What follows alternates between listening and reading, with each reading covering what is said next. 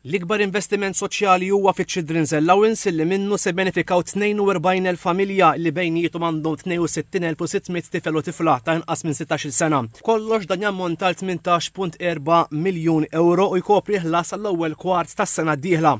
Apparti Children's Allowance, familji bit-tfal b'diżabilità jew mentali jitħallsu allowance addizzjonali fil-ġimgħa illi qed jiżdied 260 euro fil-ġimgħa għal kull wild u jilħaq l-1820 euro fis-sena.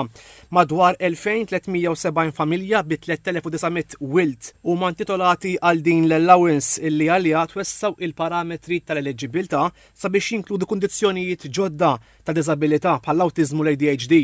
L-allowance għal foster carers jingħata lil familji sakemm it-tfal ikollhom 21 sena, madwar 180 familja għandhom 243 tifel u tifla fil-kustodja tagħhom. 44 tifel u tifla oħra li jingħataw il-kura f'ħames tidjar ta' tfal jirċievu wkoll din l-allowance. Biż-żieda ta' 10 euro fil-ġimgħa f'dan il-benefiċċju l-ammont fis-sena issa tela għal 6,240 euro għal kull tifel u tifla.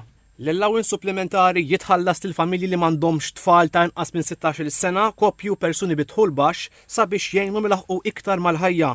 L-att ta' benefiċjarji huwa ta' 18,922 persuna, l-maġġoranza tagħhom huma nis-single, romol u persuni separati jew divorzjati.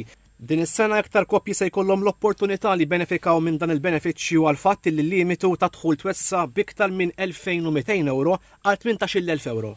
Il-Ministru għal Politika Soċjali Michael Falzon sejjaħ dawn il-benefiċċji soċjali bħala investiment dirett fil-familji. Investiment b'saħħtu fil-familji tagħna, investiment b'saħħtu li qed nagħmlu ħlasijiet bil-qudiem u l-iktar ħaġa naħseb li hija b'saħħitha u b'saħħitha għal purchasing power tan-nies li nixtiequlhom li jkollhom kwalità ta' ħajja aħjar.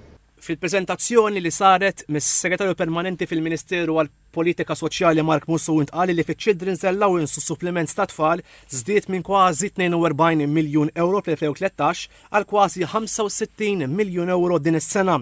Il-medja għal kull familja titla' għal 1,472 euro.